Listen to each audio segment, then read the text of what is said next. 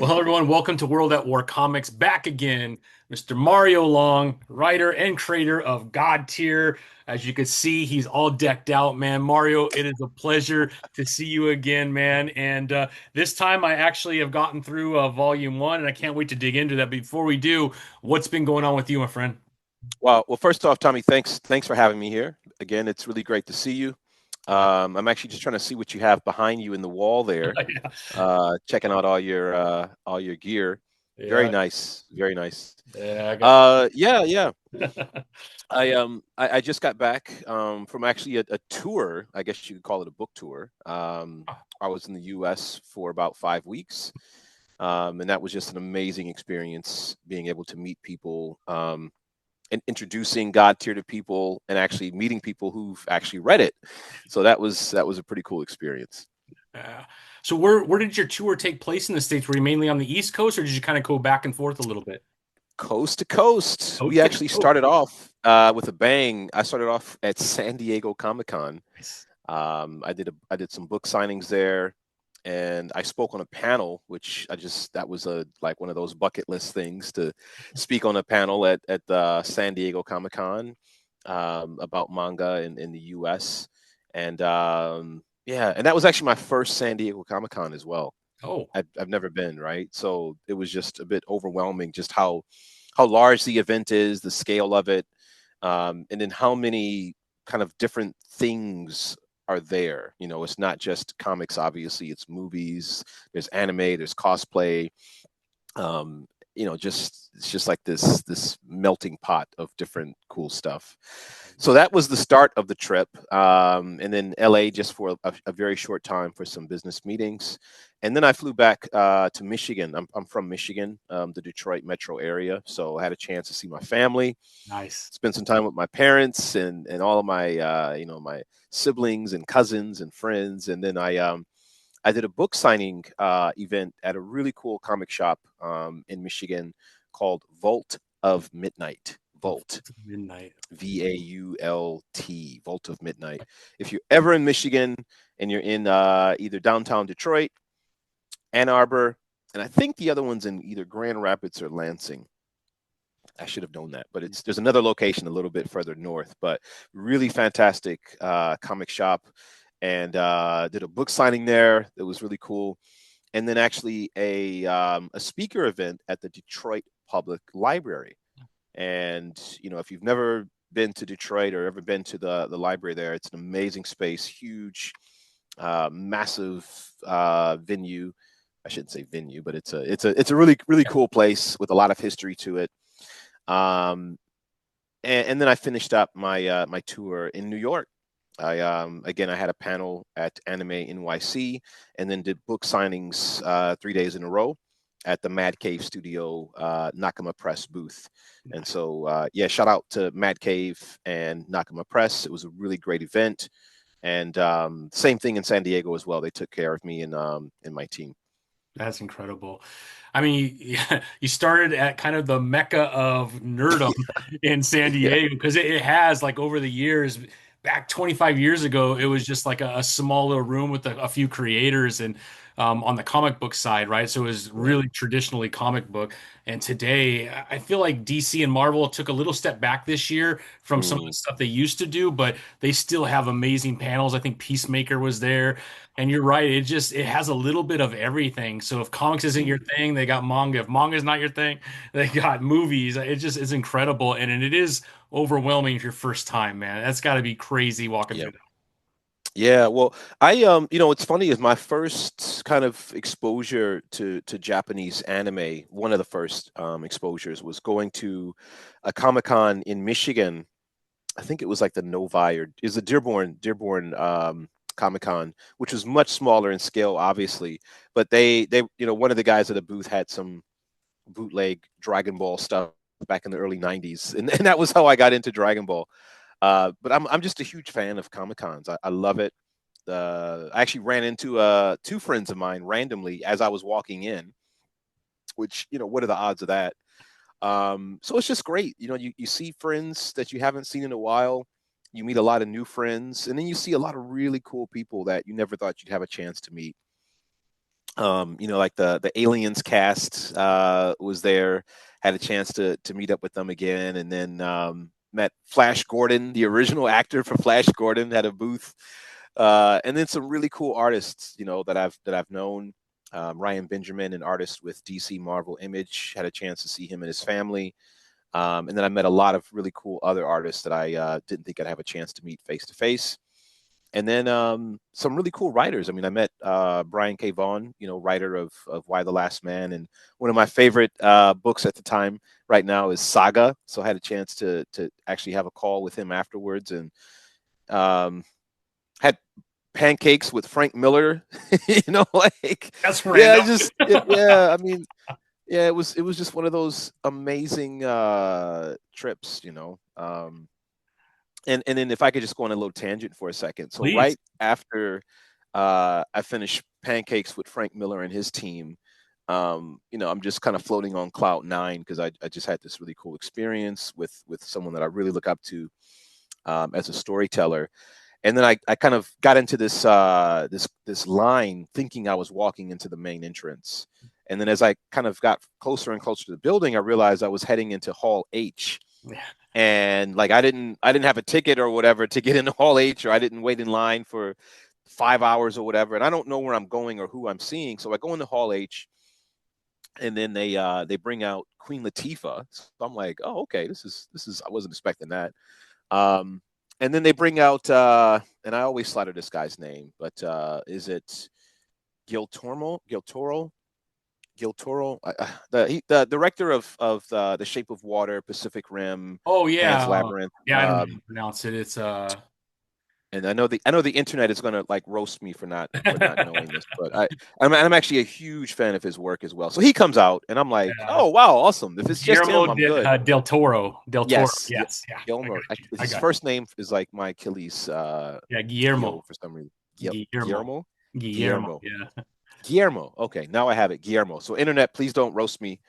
Um, Guillermo del Toro. So I'm like, if it's just him, that's fine. Yeah. Then Doug Chang, who's like one of the senior vice presidents at Lucasfilm, comes out. I had a chance to meet Doug when he was at in Tokyo for Star Wars Celebration. So I'm like, wow, okay.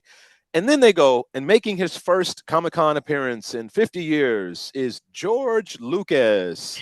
And So you so went I'm like, there.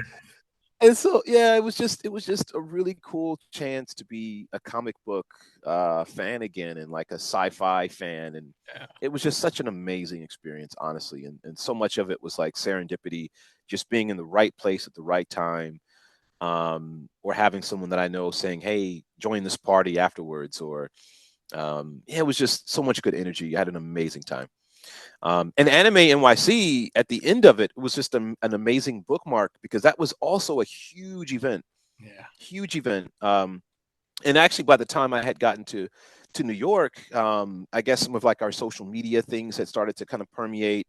People actually knew about God Tier when I got there. Like that was pretty cool. Awesome. Normally I'm the one having to knock at people's door and say, "Hey, let me tell you about God Tier," but I was on a bus. I told the story in New York, but I was on a bus in New York, and I met these two ladies who actually recognized me, and that look, I'm new to this, like micro celebrity type thing, so it was cool to have someone recognize me, and and then they came to the booth and bought copies of the book, and we did signings, and just all that good positive energy.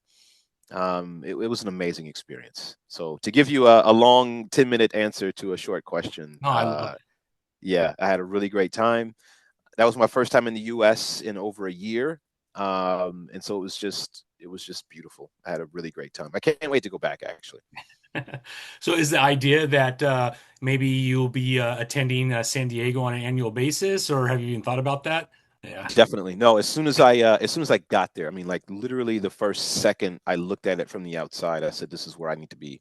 And actually not just San Diego. I mean, in Anime NYC Yeah. is massive. I mean, obviously, we're making manga, so I probably should be at the anime and manga events. But I felt a lot of love even at the Comic Con, the Yeah. traditional Comic Con events as well. But I can tell you what was an eye opener. Yeah. Speaking at the Detroit Public Library, I realized, first off, that anime and manga has permeated American culture like never before. When I first got into it, I only had one or two friends that even knew what it was, and we called it Japanimation. It wasn't even called anime; it was called Japanimation. That's actually really But good. now, yeah, but now everybody, if you're between the ages of maybe like 7 or 8 and like 50, like you're watching some kind of anime or reading some kind of manga in some case. Absolutely. Um, and at Anime NYC, Netflix gave a presentation and they said that 50% of their global subscribers are watching some sort of anime on a regular basis, which is crazy when you think about the subscriber base. Yeah.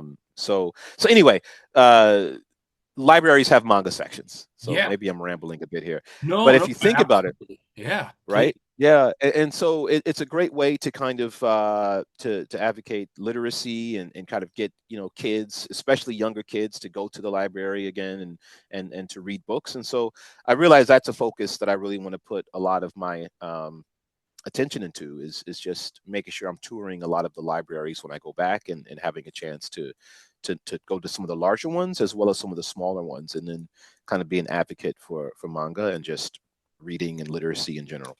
Yeah, I mean that's absolutely incredible. And you're right. I have four kids. They're all adults. I'm a huge comic book fan, have been my whole life. They know I love comic books. I Yeah, cannot get any of them to pick up a comic book. yeah. And your point, I mean, like Saga, it's not all just Superman and Batman and Spider-Man, right? There are some really deep, intense, very relatable stories about Oh human yeah. life. Like it's so much more than how I grew up in the Mm, 80s and the 90s, where it mm, really was DC, Marvel. Image mm, just came on the scene, but very superhero heavy. mm, And it was really mm. Image Comics that started bringing in some of these more complex stories that Yep. got away from kind of the superhero genre and really Mm, delved into horror, delved into mm, police noir, and really started to mm, touch a lot of other genres, which I think helped bring in a lot of other mm, people that maybe superheroes not their thing. mm, And so I've tried to expose them, but it's too late in my mm, experience for that because manga has been able to meet that need. They do mm. such a good job. There's a couple things. One, the size, you could fit it anywhere and take it with you. You don't have to worry about bending it. Like, you Yep. can't hurt this almost, right? With the Yep. comic book, I put it in my backpack. It's all creased up. It's all beat up. It's just not built for Yep. that, right? It's built to read, sleeve, and put it in a box, right? That's Yep. that's the collector slash reading culture of Mm, comic books. But manga is not like that. You know what? People, if you don't leave the United States, you don't realize mm. how big soccer or football is outside of the United States. Oh yeah, exactly. It's called football everywhere but America. Exactly. Right? Exactly. So Yeah. I'm fortunate that I've been able to do some traveling Mm. mainly through the Americas, all the way from Chile, Argentina, Uruguay. Oh, I've been to nice. football games. Oh wow. Yeah, it's incredible. And you wonder why that sport in particular has blown up. And the reason Mm, why in a lot of countries that have a history of having a lot of poverty, mm. why football is so huge there is because you just need a ball. Like you wonder Yeah. why a lot of inner city or a lot of poorer areas of the U.S. and Canada Mm, don't play hockey because hockey is expensive. The equipment for hockey is, you know why they don't play a lot of football? Is extremely expensive for all the gear.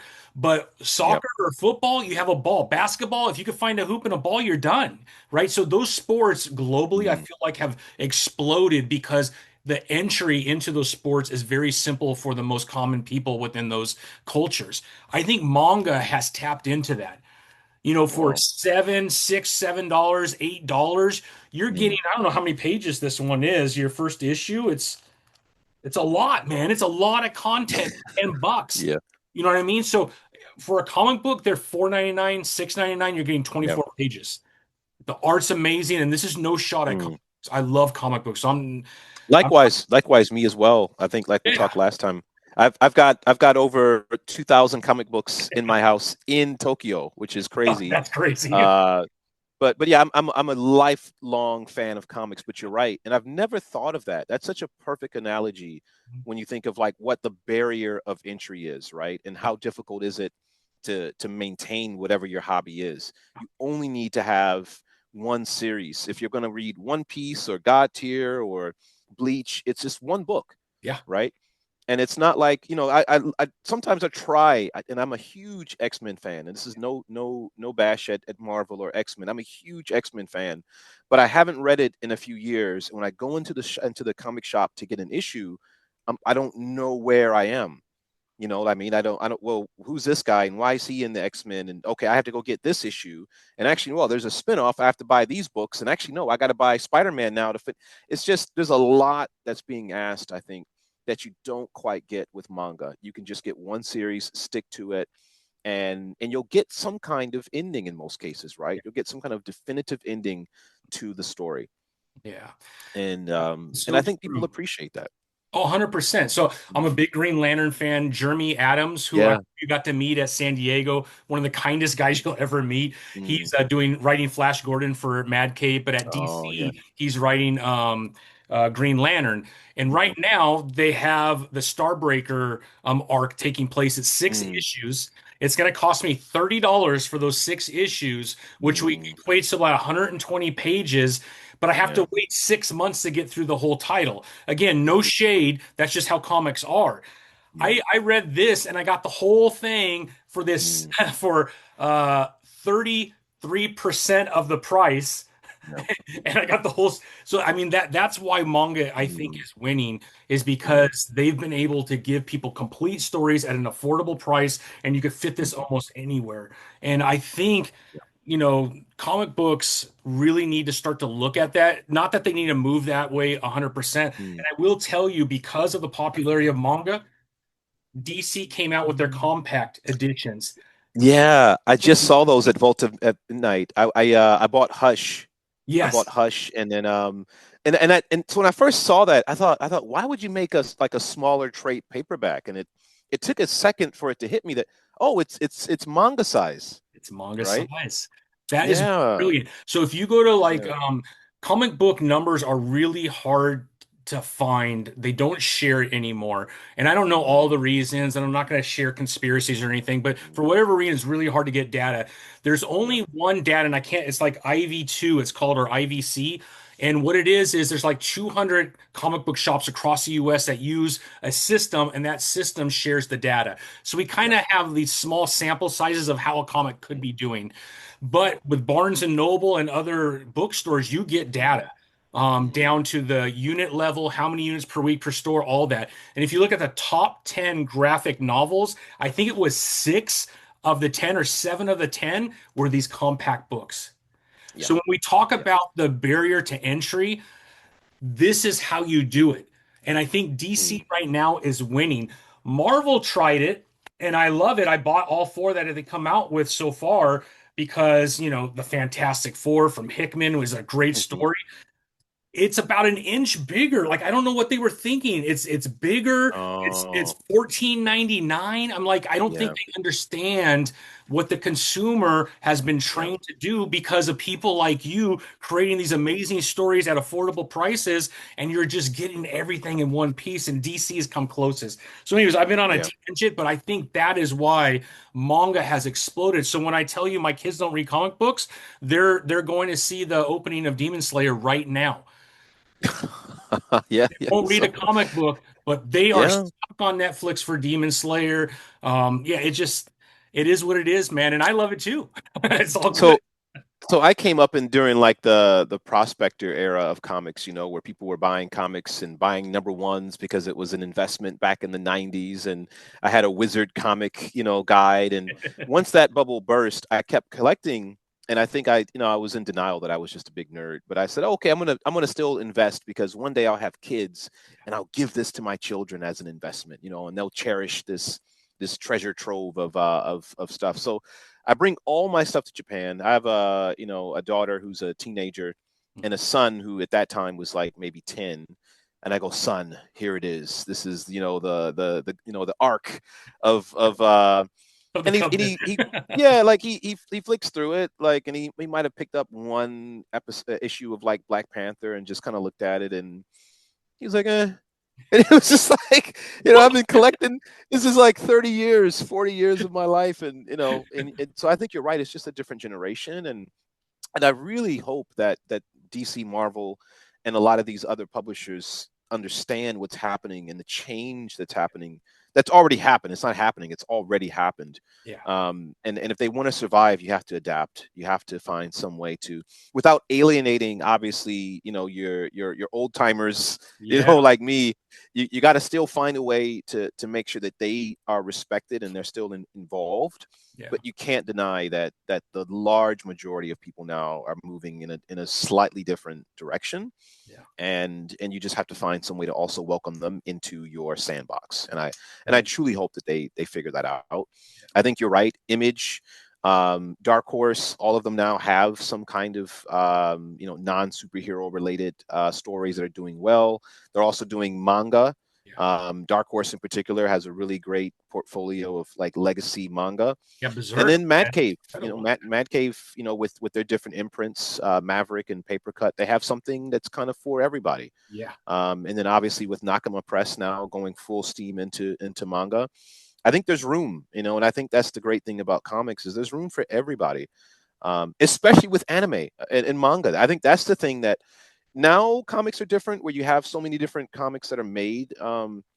For everyone. But again, when I was coming up in the 80s and 90s, it was superhero, or maybe you'd have some stuff like Sandman that would kind of come out, but Mhm. it was very much, I think, male centered, for Yeah. men by men, and you kind of felt like it was an exclusive club. So I never would see girls, women in the comic shop when I went in back in the day.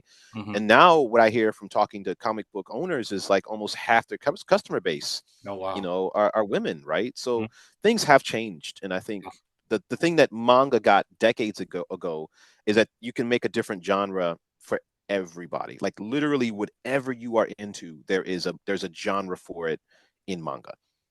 If you like cooking, Couldn't hey, agree there's cooking manga. If you like soccer, there's soccer manga. You like boxing, whatever it is. If you like tentacles, just whatever it is, there's something for you in manga. more. Yeah. And I think that's the appeal, that it's not exclusive, and there's something for everyone there Mhm. at a low price. Couldn't agree more. One more thing I think manga gets right that comic books Mm, can learn from, because comic books hold on to titles that don't really move the needle way too long. yeah. Manga does this awesome thing where they allow fans to vote which Right. titles should continue and which ones should end. Right. And what that does is it forces writers to be on top of their game at all times, because it's a battle, right? There's this Hmm. battle behind the scenes of writers, not against one another, but within themselves to make sure that they're really putting forth the best stories possible. Not that they think would work, but what the fans are asking for. And I think comics have gotten away with that. We have a lot of people coming in and they want to tell their own stories Hmm. about themselves and insert them. And again, some of those stories are amazing. I'm Hmm. not putting shade at that. But if you're doing that and you're not seeing movement, then you have to ask Hmm. yourself, is that really servicing the end user the way you should? And if you're not doing that and there's not some kind of mechanism Hmm. that allows that um, editor or something like that to say, "Hey, we need to make a change or a shift, or the title is Hmm. going to have to end at issue 5 or issue 6 or whatever." And Hmm. then you start to put out a lot of really bad stuff, and that pushes people away. And so I do think that's a whole other side of comic books that they could learn from manga is they listen to the fans and they start to react to the fans because again, at the end of the day, it's a business. No one's in business to create books that don't sell. So Yeah. you got to move the needle. So I think you get some of the best stories out of manga because there's Hmm. this element that pushes people in a direction to make sure that they're meeting the needs of the fans and what the fans want to see. No, 100%. I mean, it's almost like a perfect natural selection. It's almost like a Galapagos Island kind of scenario, because you basically in Japan here, you've got a lot of manga that comes out in these weekly, series like a Shonen Jump or something like that. And so, if you're not in the top whatever percent of readers, they cut your title. You get maybe 1 or 2 weeks to make a splash, and if you don't, like that you get phased out and someone else comes in. So there's this real, like almost like a Thunderdome kind of situation where it's like you got to come in and fight from day one. Yeah. And I think that's why manga has this really kinetic kind of, especially with like shonen manga and in isekai, that Mm. stuff that's made for younger people with a more of a focus on action. Um, Surprisingly, I don't watch a lot of modern anime, Uh-huh. just because now I'm kind of writing and staying in that space. But when I do peek out, I'm just shocked at how things have evolved. So I started watching a series called Dan Da Dan Dan, Mm. and I don't know if you've seen it, but I haven't yet. it's just it's wacky. It's about spirits and aliens and all types of stuff. But it starts like right in the first 10 seconds, something happens, and Okay. it's like you're off. You know Yeah. what I mean? You're off to the races. Like there's no ramp up, and what daily life is like, and it's like the move. It starts, and then all of a sudden stuff's happening.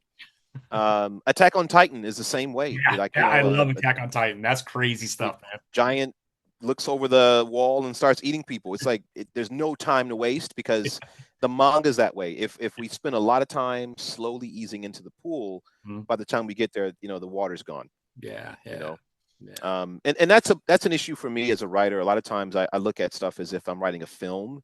Mm. And with God Tier, I was going for something that's a bit more like a classic, Greek, like Clash of the Titans, or one of these mythology stories, but told in a modern setting. And so I remade the beginning of God Tier 3 times. Oh, wow. And so I kept adding things to the beginning of it because I thought, well, maybe this piece doesn't make sense. So let me. And so what happened was the original ending started with that riot sequence where, like, Pablo and his family are in the house, and in the the city's on fire. That was the original page one of the book. Really? And then Yeah. it was like, get out of the house because it's on fire and run to the sanctuary. And then, now I look at the book and I wonder if I kind of shot myself in the foot, because now that it sets up a lot of this with a lot of like prologue Hmm. scenes. And so I hope that readers, read it and appreciate that beginning. But originally, it just started with a bang, and they were off running, like literally running down the street, on fire. Well, I Yeah. actually loved it because obviously we start off the story with this family, and then it jumps from chapter to chapter, and you're Mm, introducing new characters, and you're concentrating on that character. It's mm, short enough to where you get to really get in and get out, and then know mm, exactly what's happening with that character, and then you tie mm, it all together so well as we get toward the end, and you see how all these characters are now functioning, mm, whether what side they're on, and how they the impact that they have on the story. Like you don't realize it until you get to the end. You're like, oh, now all the puzzle pieces are coming together, mm. and now you kind of have this idea, and you end with the bracelet. And we don't want to give too much away, but I was Yeah. like, oh damn, man. So like I said, I picked up issue one, got through Mm. it. I just picked up issue two, so here it is right here. Cannot wait to Awesome. dig into Awesome. that, man. Yeah. But it's dope, Mario. It's really Thank you. good, man. I absolutely enjoyed it. And Matt, so let's dig in because I Yeah. sorry, Yeah. we were on this tangent about the industry. Yeah. But man, so Nakama Press, brought to you by Mad Cave. Mad Cave, I think we talked about this last time. One of my favorite publishers, and I love what Mark and the rest of the team is doing over at Mad Cave. And like you said, they are going into certain areas by age group to ensure that they are making something that is for everybody. And so obviously they have their traditional comic books, which I Mm. absolutely love. They have Nakama. Look at that. Yes, just dropped. Maybe you can't see it. Oh yeah, yeah, it's Yeah. all good. Yeah. Yeah, it's my Speed Racer #1. Racer, I'm a yep. huge Speed Racer fan. So shout out to the team on that. Yeah, yeah. I mean, they've been dropping banger after banger over there Yeah. at Mad Cave from a comic book standpoint. And then Frank over there, who I talked to quite a bit, opened up the door for Nakama. So I've been able to interview a Yeah. couple times and a couple others. And it's opening my eyes to a lot of other really cool Mm. titles too, which I'm absolutely loving. But man, Mad Cave is just doing such a good job. And then they have Maverick, and I can't remember the other one. Paper cuts. Paper Cuts, right? So Yeah. Paper Cuts, I believe, is for really young children. Hmm. Maverick is for Hmm. like that junior high kind of Hmm. area, and then you jump right into comics. And if you love manga, you jump right into Nakama. So Yeah. let's jump into the story, Mario, Hmm. because like you said, we start off with Pablo. Something's going on. Like a little love thing that's being hidden from the father, which is Yeah. really funny. But you start off like BC. Yes. Yes. So I would love for you to kind of lay the foundation for us. What are we Yeah. seeing here? And like I know as they start to get into the storyline, Yeah. start to understand, but they're sitting around and someone's telling a story. Mm. Can you kind of walk through that for me? Yeah, so I want to be delicate on this because I don't want to give away some things here because Okay. it does tie together in the end. I promise you, whenever I make something, the ending, I always think of how this thing's going to end. Yeah. And I really hope that people stick with the series until we get to the end because I think you'll have one of those kind of usual suspects, Kaiser Soze, the coffee cup dropping. I hope, I hope. But what I'll say is that that is there for a reason. Mhm. It and the characters, one of the characters there, I won't say his name quite yet, but he is telling a story that has happened obviously in the past. And then the next chapter says it's the modern era, so No, my that's a head was bit like, kind of what? What? confusing. Yeah, I I actually can didn't go tell you back there's and look it's at not it a time couple times. travel. I Yeah. can tell you that it's not time travel. I will say that much. But I got a review back from an early review, and that was one of the criticisms. Is they said, well, the prologue, like that guy never comes back, and Mm, maybe they didn't realize that it's a series, not a one-off. yeah. But I promise you that that will come back, and when it does come back, you'll go, oh, okay. Mm, So there's a big reveal at the start of Volume 3. We're working on Volume 3 right now to come out next year, I hope. When you see that reveal, I think you'll start to put together what this world is, and why things might seem a bit disjointed, and also maybe why the gods look the way they look, mm, because it's not like they're not wearing togas. yeah. It's a very different approach for like classical Greek gods. But if I guess the hint maybe is if you look at who that guy is talking to. So there's a guy who's kind of like a vagabond. He's kind of like a drifter, and then these two gentlemen are paying him with food for Mm. his stories. And so, if you don't know a lot about Greek mythology, maybe Google the name of those two guys, and then you might kind of see where we're going with this, right? Nice. Yeah. And then we jump right into another story, and you talk about kind of the gods, you talk about Greek mythology, and we do get introduced to some of that through here. So I don't know how Yeah. much we want to get into detail without giving away Mhm. too much, but right away we get to meet one of them, and we get the number of how many there are. So I want to be careful so we don't give too much away, but Mhm. we jump right in, and that story, like I was like, what the hell am I reading now, man? This is crazy. And then that one ends, and then I started to get it, right? You're starting to introduce Mhm. all these characters in almost like this short story form to kind of Mhm. build up as we get toward the end when you see a lot of these folks come together and you start to understand, I'm starting to understand what's going on with all these characters that have been developed. So, walk through like how did you come up with that process? Was that when you said you made like three changes to the beginning? Was there any Mhm. changes of how you were going to introduce those characters, or was that always the plan is to have these like short stories for each one of them? Yeah, so the plan was to have short stories because it is Greek mythology, Yeah. right? It's if you look at Minotaur, if you look at Medusa, you look at those origin stories, and it is the story. The DNA, the skeleton is the same, but it's got a fresh coat of paint on it. So I looked at what are, and there's no definitive myth either for all of these, right? There's no definitive version of these myths. Even with Medusa, there's quite a few different variants of like how she became, who she became. So I tried to pick the ones that either were the most interesting to me or the ones that seemed to be the most universally accepted, and then I just built these nodes, so this needs to happen for this to happen, and this needs to happen. But then the thing that I added into it was this family. That's it's an original creation, is this family, the Costello family, Pablo, his sister Anna. And, um, they're the ones that kind of aren't supposed to be in this tapestry, right? And so having them bounce around also gave me a little bit of freedom to stay true to the myth, but also to kind of change things up just a little bit.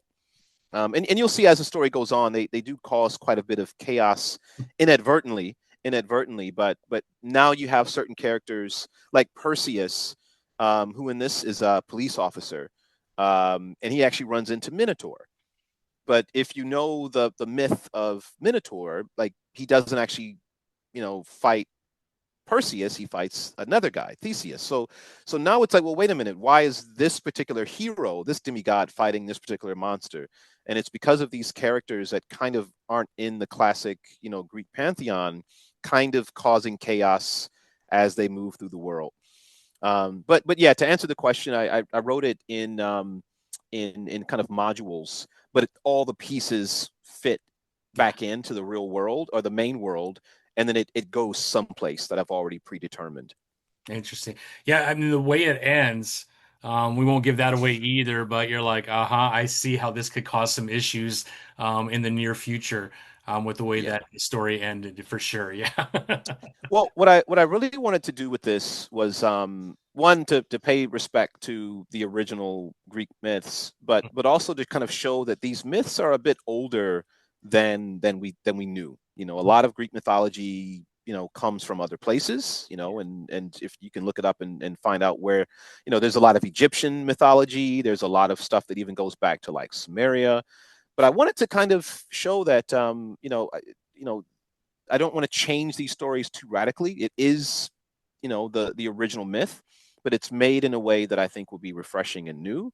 Um, but I think mythology is such a massive ocean Yeah. that you can easily drown in it, because it's just like there's so many characters, there's so much to it. Just like we talked about American comics, right? So I thought with doing modules the way that I do, you can just focus on one character. You can just stay with Minotaur, and I treated him like a person. Yeah. Before he was a monster in this version, I thought make him a person. And so I hope that as you're reading it, you're a bit conflicted. You're like, really, whose side am I on?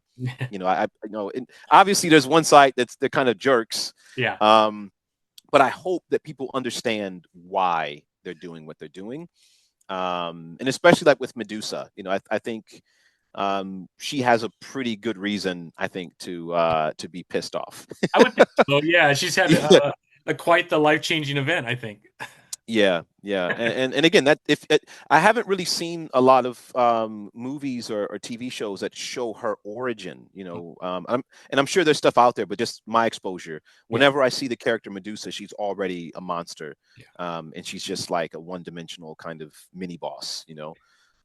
So I thought to show her as a person, and to kind of show um, why she's so spiteful, and angry in a modern context of kind of what I think that story would look like in our era today. Yeah. Well, I mean, the first two volumes came out pretty quickly. Mhm.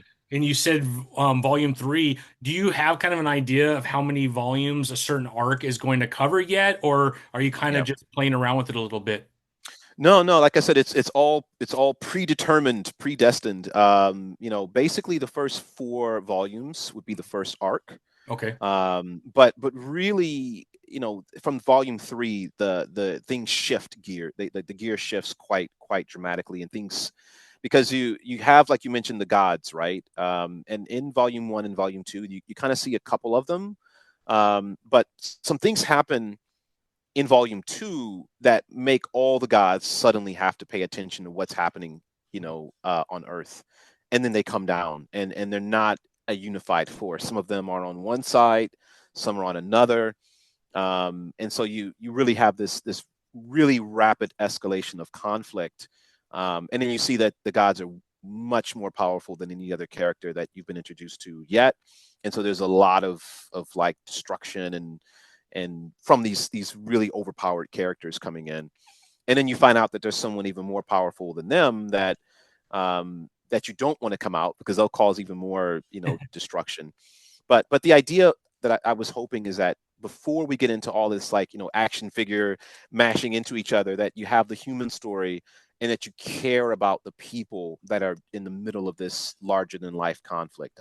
I really hope by the time you get to volume 3, when stuff really starts to fly, you care about Pablo's family, you care about Angel, you care about these other kind of characters that are just trying to survive, and I think as long as I keep that narrative, you won't get bored with it, I hope, because there's real people, there's real stakes, Um, and I just try to tell a well-rounded story so that you don't see anyone as a one or two dimensional villain, but they have a reason, they have a motivation for what they're doing. Yeah, yeah. Well, you definitely get hooked on Pablo right away, I think, and Mm. it kind of lasts. So I think you did a really good job there. I can't wait to jump into issue two to find out what happens next, especially how it ended. And I have it, so Yeah. I'll be ready, man. I don't know if I want to read it right away or maybe wait a few months, and that way I could kind of be right in between Oh issue three and issue because I'm no, at an read. age where I forget everything, man. I'll have to reread it. Yeah. Well, I do this thing where I do this with movies where I'll watch a movie and then I'll try to purge it from my memory so Mm, I can watch it again and have the same emotional response, right? Um, I watch the movie Alien like once a year. And yeah, every time I watch the movie Alien at the end, I'm like, oh, I hope she makes it to the escape shuttle. yeah, You know what I mean? Like I just allow myself to forget so I can yeah, so I yeah. can enjoy. It's almost like Memento. If you've Yeah. ever seen the movie Oh Memento, yeah. right? You kind of let yourself forget so you can have a purpose. So no, read it. I'd like to hear your thoughts, Okay, honestly, yeah. especially on volume two, because I'm actually reading it myself. I got copies when I went to the States, and I kind of distance myself from something when I write it, and Mhm. so when I'm reading it now, I'm reading it as if I didn't write it, and it's a really kind of out of body experience to read it, and I'm really proud of I think especially volume two, the work that Kuroi, the mangaka, Pablo and UFO, the team that worked on this. I'm really proud of the work that they put in, and I can't wait until we can start showing some of the artwork for Volume Three because it's gonna take it up a whole nother notch. Like really larger than life kind of set pieces and action pieces. Because again, no spoiler, but if you know the story of the Titans, Mhm. they show up in this as well, and they're made to scale, Oh, and so it's really and the gods as well are also much larger than humans too, right? So I yeah, like that contrast of having regular size humans, these 8 to 9 foot gods, and then the titans that are like the sizes of buildings, right? And I really want to show that scale and show like just what it would be like to be in the middle of a modern day conflict that have these much larger than life characters kind of battling it out in our backyards. So yeah, I think you should read it and then right. forget I will. about it, I will. I will. I'll read it and I'll forget about it. and then Um, and then read it again when and then volume read three it comes again out. when three comes. Yeah, that way I can Yeah, refresh my memory, man. I love it. yeah. So as you were out in the States, and you were meeting fans and signing Mhm, books, what has the reception or has it been released in Japan as well, where you're staying? mhm. Have you released it in English or have you translated it already? Yeah, so it was published in Japan already Oh, under okay. a different title in Japanese, and we did Tokyo Comic Con a few years ago, and now that it's in the U.S., there are a few shops in Tokyo that actually have the English version.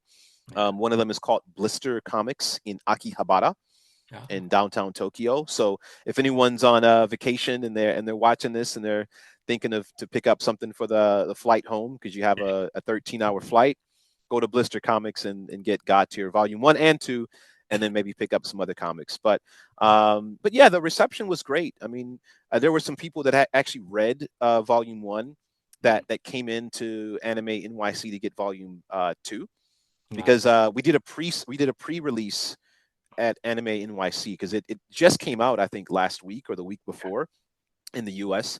So we had some pre-release copies there, and there were some people who had actually read Volume One that were coming in to get Volume Two, and so that was really cool to talk to people who had already read a little bit of it, and they told me some of the things that they were liking, and I always like to get that kind of feedback. Again, I've already kind of written the story, but a lot of times I'll change a few things based off of what I hear. And like you mentioned, you have to listen to your fans. You have to listen to your readers, um, while staying true to what Yeah. the story is.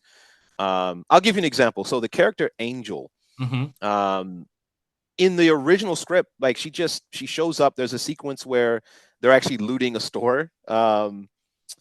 Wait, is she in volume one? I don't remember. I thought Oh, okay, okay. Yes, so. she is. She Is is, but she? Where? it's right at the end. It's right at the end. Okay. And maybe they don't even say her name in Yeah. volume one. So that's why you might Not not know ringing the a bell, character. but I'll have to go back and Yeah. look. Yeah. There's this couple, they're looting a store in the middle of this riot. And that was kind of her part. That was it. She was just had like a little one-off bit.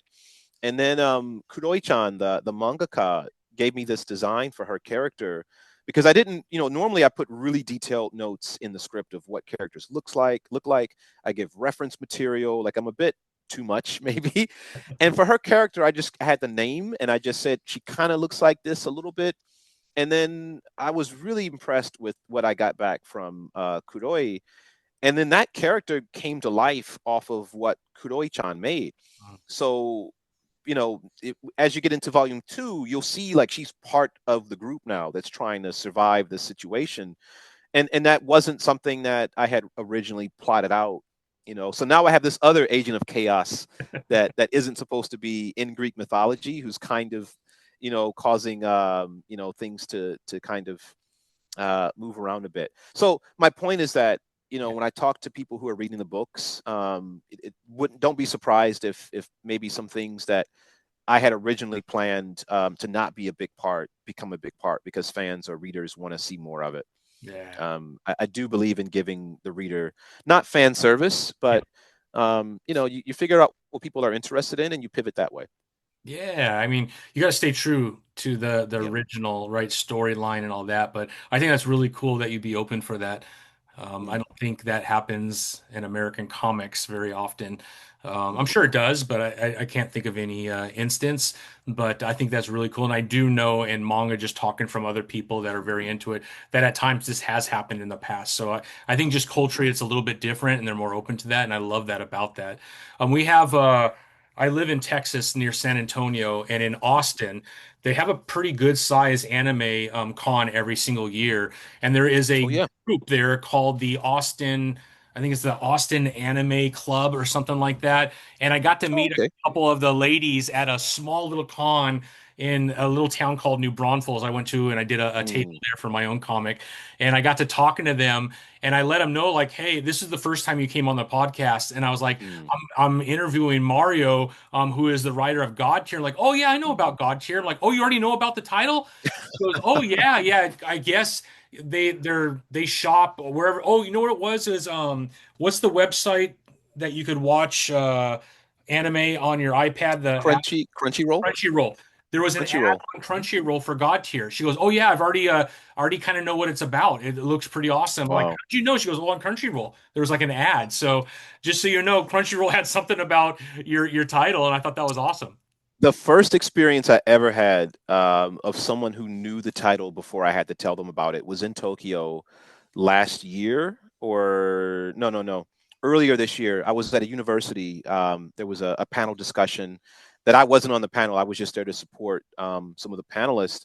And I started talking to some college students afterwards. And I kind of explained what I do. And I go, oh, I have this series called God Tier. And they go, oh, yeah, we know God Tier. And I go, no, you don't. Like it's you probably have some other idea. And they go, no, no, it's about Greek mythology. And I go, okay, well maybe there's something else. And they told me the story. And I go, how the hell did you guys know with this? Because it hadn't come out yet. This is back in like maybe January or February, right? The book came out in like June. And so I'm like, well, how did you know? And they go, it's on Crunchyroll. It had come out. It was posted on Crunchyroll the day before. The day before, and one day later, college students in Japan had that's how like eager manga fans are for new content. Is there they're refreshing the page every 6 hours. But yeah, that it was great. I was so happy to hear that people were starting to know about it and were interested in it and have enjoyed it. This has been such a great experience so far, and I just can't wait for the people to see where the story goes. I really feel proud that this is a really high quality book that we're doing our best to raise the bar each volume. Yeah. And I just can't wait till we get this to anime one day. Yeah. Um, Oh, that'll be you know, dope. but we need the support now. We need people to get behind it, Yeah. to buy copies of it, to tell their friends about it. because we have a partner here in Japan that does animation, and I'd love to give them a baton pass and say, all right, now it's time for you all to do the animation part of this. Yeah. But right now we're in the trenches and we're still fighting, for survival. So every volume we treat as if it's not earned, Yeah. or given, or Yeah. not. It's not given to us. We have to earn, that readership. So I really appreciate you reading volume one.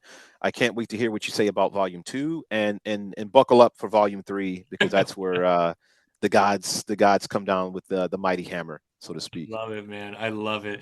Well, we need to get you on some other podcasts too. So maybe offline, I could give you a couple ideas of Yeah, some folks to talk to. definitely. But yeah, man, it's great, Mario. I'm so happy for you, my friend. Volume one was dope. I cannot wait to jump in. I promise I'll jump in and I'll reach out to you. I won't Yeah, wait. please do. You talk me Please into it. do.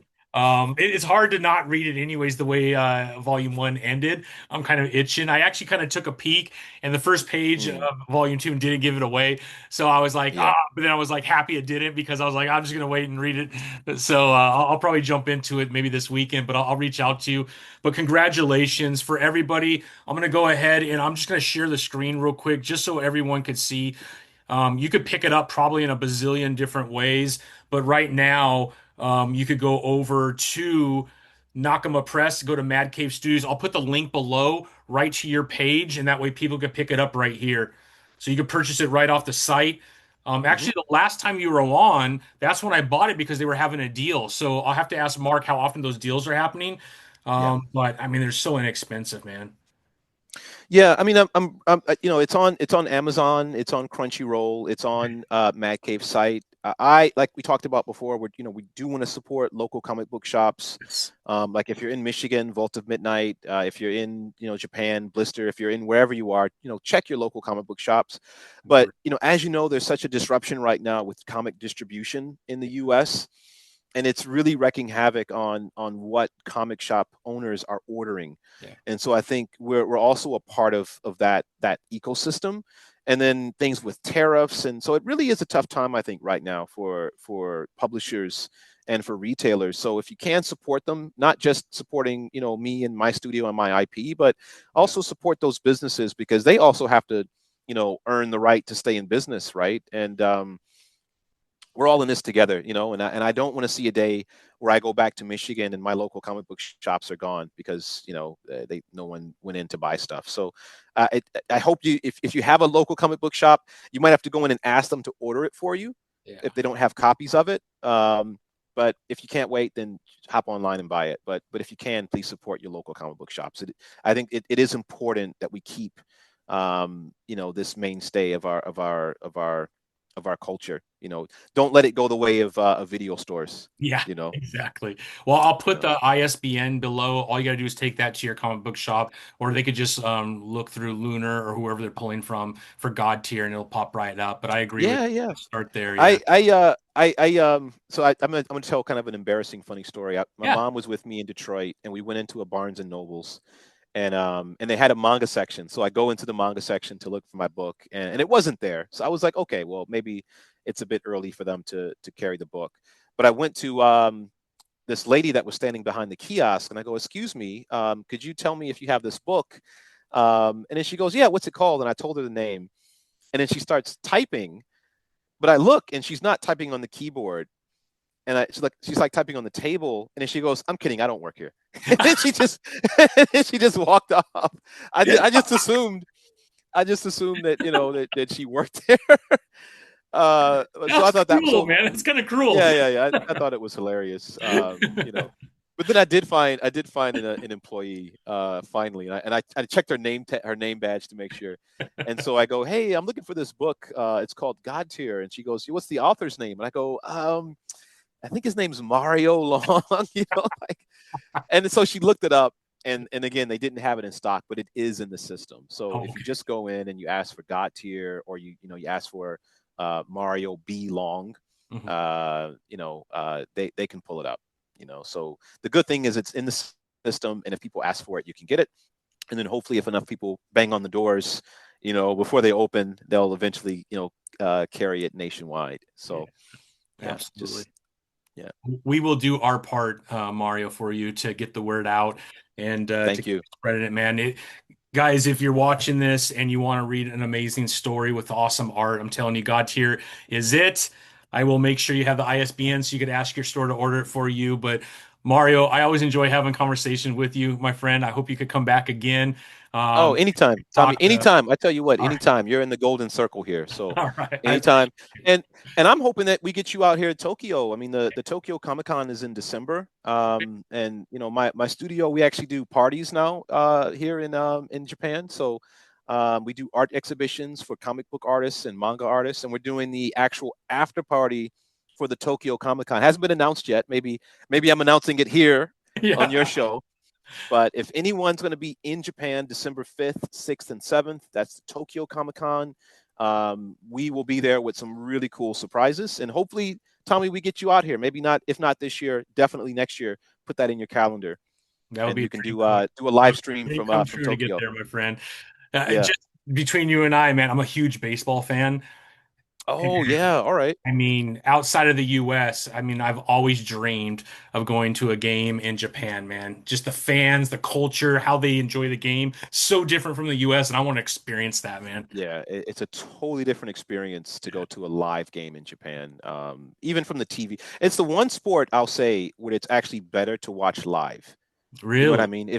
If you watch an NFL game, honestly, the experience I think is better watching an NFL game on TV just because of the production values. Hmm. There's a lot of downtime in football, and they do a really great job of masking that on the Hmm. TV broadcast. Baseball is the exact opposite. You will have a totally different experience going to see the Giants in Japan at Tokyo Dome than you would watching it on TV. So I Yeah. truly hope you have a chance to go. Let me know when you're in town. Maybe I can get some tickets for you. All right, sounds Uh, good, man. That'd be amazing. yeah, That's my dream, man. Because the Giants are like the Yankees of Japan. So, and exactly. Run Yeah, King is from there. There's a lot of history of the Giants yeah. in Japan, and that's my dream is to go there, man. So, Manifest it, manifest all it. I've right, been doing this thing where I picture a person that I want to engage with or a place I want to be, I love and it. then you just go in that direction. So I guarantee you, if you put this in your mind, you will go there and you will do that. And hopefully I'll be next to you with some popcorn or hot dogs or something and some beer. I would love that, Mario. I think that would be amazing, my friend. Excellent. Tommy, thank you so much again. It's always a pleasure to talk to you. If anybody's interested to follow our Instagram, Yep. I can send you the details afterwards, but it's just Sakura underscore Phoenix underscore studio. Okay. And yeah, we grew our fan base now. We've got, I think, over 5,000 followers in the last month. So still, I'm not quite at ultra influencer level yet, but we're growing and people have been really responsive. So yeah, follow us on Instagram and pick up a copy of the book. And we hope to see you at every step of the way, volume 3 through 4 to 5 and to infinity. Mario, I hope you have an amazing weekend, my friend, and thank you again for joining me, man. It's always a pleasure. Thank you, Tommy. Appreciate it. All right, talk soon, my friend. All right. Take care.